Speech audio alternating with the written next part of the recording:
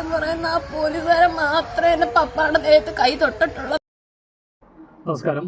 കഴിഞ്ഞ ദിവസം കേരളത്തിലെ ഒരു പെൺകുട്ടി തന്റെ അച്ഛൻ മരിച്ചതുമായി ബന്ധപ്പെട്ട് പോലീസ് മൃഗീയമായി തല്ലി ബന്ധപ്പെട്ട് ചികിത്സയിലിരിക്കുകയാണ് മരണപ്പെട്ടത്. ആ മരണവുമായി ബന്ധപ്പെട്ട് ആ തല്ലിയ പോലീസുകാരനെ തന്നെ വിളിച്ച് സംസാരിച്ച് വളരെയധികം വൈകാരികമായി നമ്മളൊക്കെ കേൾക്കുന്ന ആളുകളുടെ പോലും കണ്ണു നിറയുന്ന രീതിയിലുള്ള സംസാരം നമ്മളെല്ലാവരും കണ്ടു കാണും.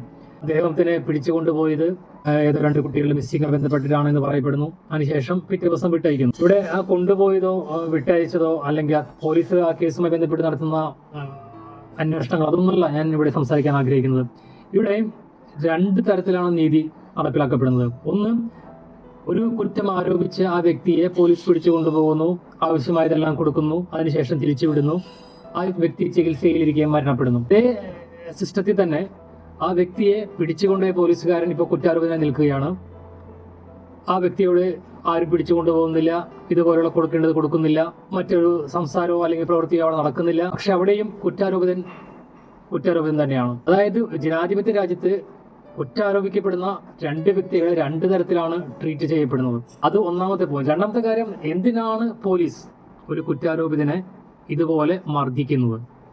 കുറ്റാരോപിതരെ പിടിച്ചുകൊണ്ടുപോകുന്ന കുറ്റം സമ്മതിപ്പിക്കാനായിട്ട് അവരെ കൊണ്ട് തല്ലി സമ്മതിപ്പിക്കുന്ന ഒരു രീതി. എന്തുകൊണ്ടാണ് കേരളത്തിൽ ഇതുപോലെ കുറ്റാരോപണങ്ങൾ ഉള്ള ആളുകളെ അല്ലെങ്കിൽ ഇതുപോലെ പ്രതികളാകുന്നതിന് മുൻപ് തന്നെ മൃഗീയമായി തല്ലി കുറ്റം സമ്മതിപ്പിക്കുന്ന ഒരു രീതി? പണ്ട് വളരെയധികം കാലങ്ങൾക്ക് മുൻപ് കേരളത്തിൽ കൊണ്ടുവന്നിരുന്ന സിസ്റ്റത്തിന്റെ തുടർച്ചയായിട്ട് ഇപ്പോഴും ഇതുപോലെ തന്നെ ആളുകളെ കൊണ്ട് തല്ലി സമ്മതിപ്പിക്കുന്ന ഒരു രീതി ഇപ്പോഴും നിലനിൽക്കുന്നു എന്നുള്ളതാണ് ഏറ്റവും ഭീകരമായ ഒരവസ്ഥ. ഇന്ന് പണ്ട് കാലത്ത് ഇതൊന്നുമില്ലാതിരുന്നൊരു കാലത്ത് ഇതുപോലെ CCTVകളില്ല, ഇതുപോലെ കുറ്റം കണ്ടുപിടിക്കാനുള്ള ആധുനിക രീതികളിലെ ഇന്നിപ്പോൾ ആർട്ടിഫിഷ്യൽ ഇന്റലിജൻസ് ഒക്കെ ഉപയോഗിക്കുന്നു. പണ്ട് കാലത്ത് പോലീസിന് ഇതൊരു ആവശ്യമായിരുന്നിരിക്കാം, 2 എണ്ണം കൊടുത്താലേ അവൻ ഉള്ള കാര്യം പറയുള്ളൂ എന്ന രീതി ഉണ്ടായിരുന്നിരിക്കാം. അതിനെ തുടർന്ന് അങ്ങോട്ട് കാലങ്ങളായി തുടർന്നു വന്ന രീതി ഇപ്പോഴും തുടർന്നു പോകുന്നത് എന്നത് എന്തുകൊണ്ടാണെന്ന് മനസ്സിലാവുന്നത്. ഇന്ന് അങ്ങനെ ഒട്ടനവധി കാര്യങ്ങൾ ഇന്ന് കുറ്റം കണ്ടുപിടിക്കാനായിട്ട് പോലീസ് ടീമിന്റെ കയ്യിലുണ്ട്. എന്നിട്ടും ഗുണ്ടകളെ പോലെ ഒരാളെ തല്ലി സമ്മതിപ്പിക്കുന്ന രീതി പോലീസിന് എത്രത്തോളം ഈ ആവശ്യം അല്ലെങ്കിൽ രീതി ഇപ്പോഴും കൊണ്ടു നടക്കുന്നത്? വികസിത രാജ്യങ്ങളിലൊക്കെ ഒട്ടനവധി മാറ്റങ്ങൾ വന്നിട്ടും നമ്മൾ ഇന്നും ഇന്നത്തെ അതേ പ്രയോഗം തന്നെ പോലീസിൽ നടന്നുകൊണ്ടിരിക്കുന്നു എന്നുള്ളത് അത്യന്തം ഗൗരവകരമായി പരിശോധിക്കപ്പെടേണ്ടതാണ്.